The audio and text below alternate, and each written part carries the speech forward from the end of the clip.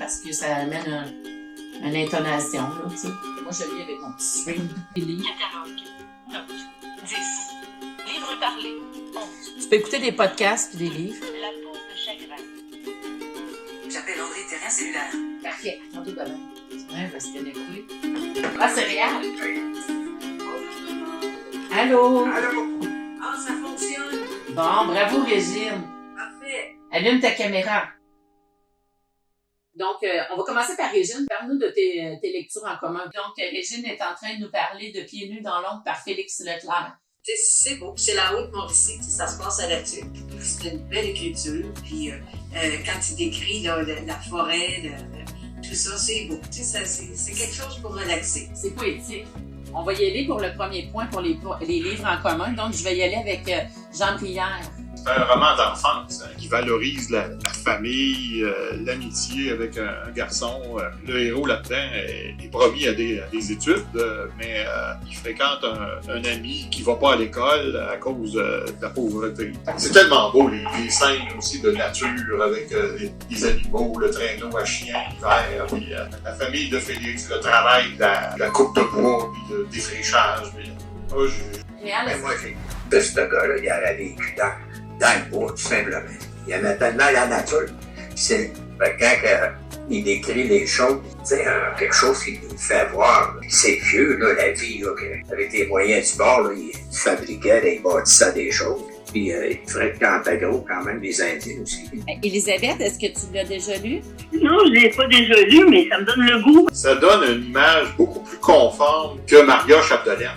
On montre une image de pauvreté, puis l'attachement à tout prix à la terre, puis dans la résignation de Maria Chapdelaine, c'est un peu triste, alors que dans Pieds nus dans l'eau, on voit qu'il y a de la liberté, puis ils vont à l'école, il y a un collège, les gens s'instruisent, puis ils parlent un peu d'une époque, peut-être de 20 ans auparavant, Maria Chapdelaine, mais ça donnait une image, des fois, un peu négative de la vie des Canadiens français. Partage de lecture actuelle. André? Les rescapés de Berlin, ça m'a tenu de m'encourager avec ce que vous lisez vous autres mêmes. J'ai lu La Belle Italienne.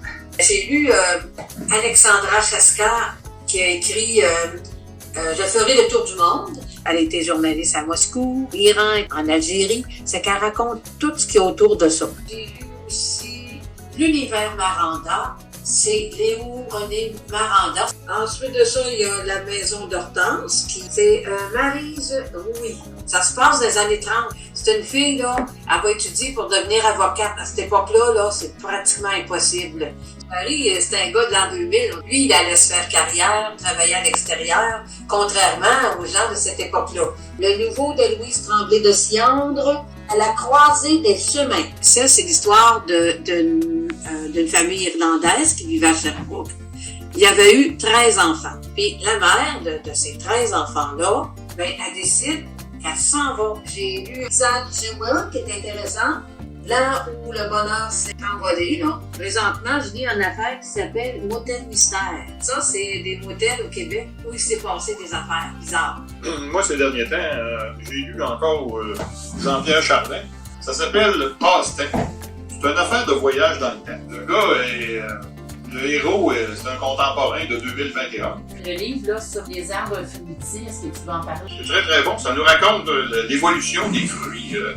Comment les humains ont modifié des fruits, comment les fruits sont importants dans la vie des humains, que ce soit les pommes, les cerises, les poires et surtout les raisins avec lesquels on fait le vin. Comment les humains, à force de travail, ont changé la forme des fruits. Les fruits n'existent plus comme ils existaient dans la nature. Là, je me suis baignée avec Jean-Pierre Chartrand. Alors, c'était pendant la guerre 39-40. Et comment on vivait ça à Québec, comment les magasins faisaient faillite et les gens là, de boulevard Charest. Et faisait suite à ça le clan Picard, parce que c'est une famille noble, justement, là, qui a acheté un gros magasin à Québec. Et là, ça se passe de génération en génération. Les romans à 10 sous.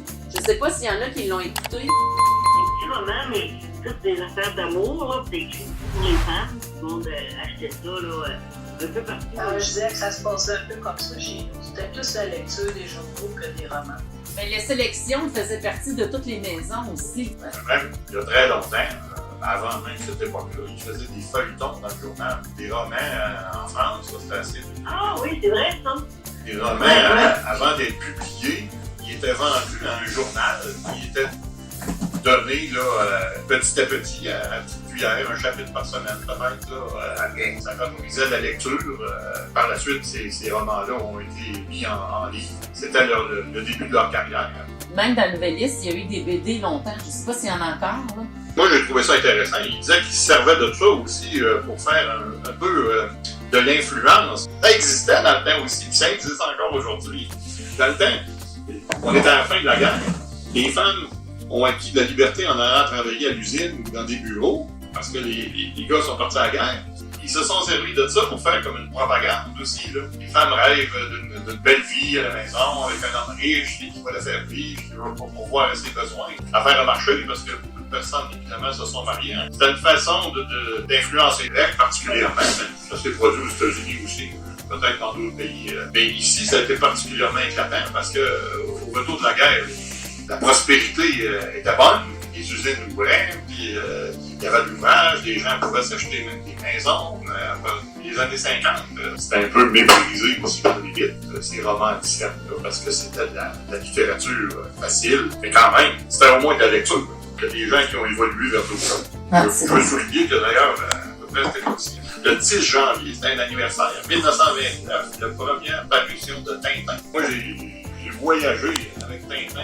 J'ai appris beaucoup en lisant Je veux croire au soleil. Peut-être vous autres, c'est quelques-uns de vous autres, c'est votre vie, là, mais moi, je connaissais pas tout d'une personne malvoyante, à savoir lorsqu'elle est dans un nouvel endroit, qu'est-ce qu'elle pense, quelles sont ses angoisses.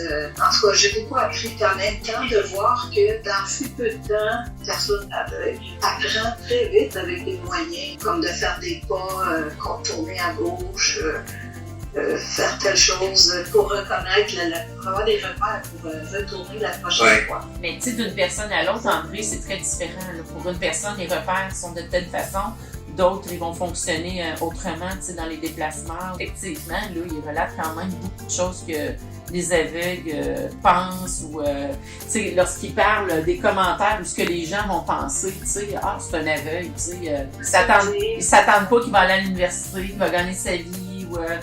Ce que j'ai aimé, c'est que sa fille, à un moment donné, elle dit, papa, elle dit, raconte-moi l'histoire, tu sais. Puis là, elle dit, ouais, c'est vrai, tu vois pas, toi. Elle dit, je vais te la compter. Puis là, il compte les images, puis elle monte avec ses doigts. Puis là, elle dit, à cette heure, t'as-tu compris? Là, il dit, oui. Bon, ben, à cette heure, tu sais, les enfants embarquaient, ils évoluaient avec la maladie de leur père, tu sais. Ils trouvaient ça tellement beau. Ben oui. Ouais. Il a dû beaucoup les tenir au courant tu sais, il n'a pas caché rien.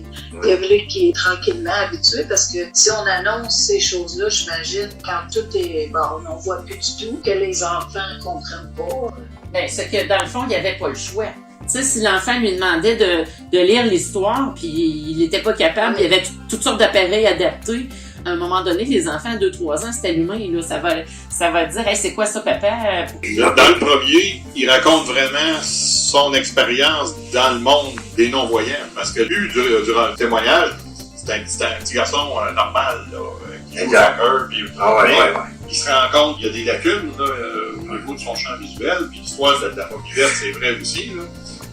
Dans ce temps-là, il voit encore pas mal. Moi, je me suis retrouvé beaucoup aussi dans ce témoignage-là, parce que la rétinite pigmentaire, je l'ai vécu comme ça.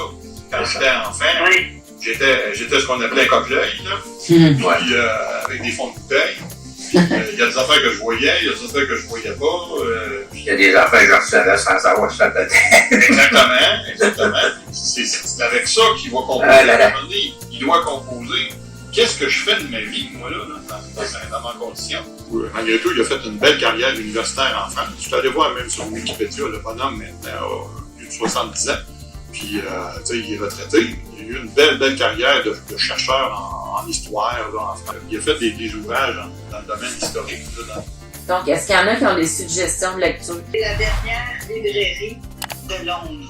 C'est un roman historique pendant la dernière guerre mondiale. Madeleine Martin.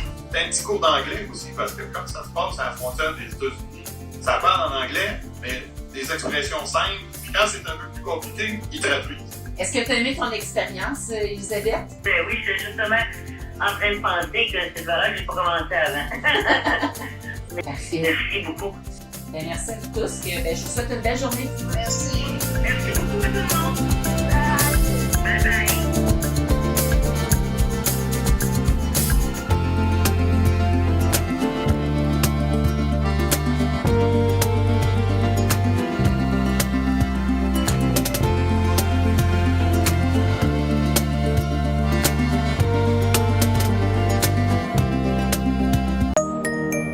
Aira.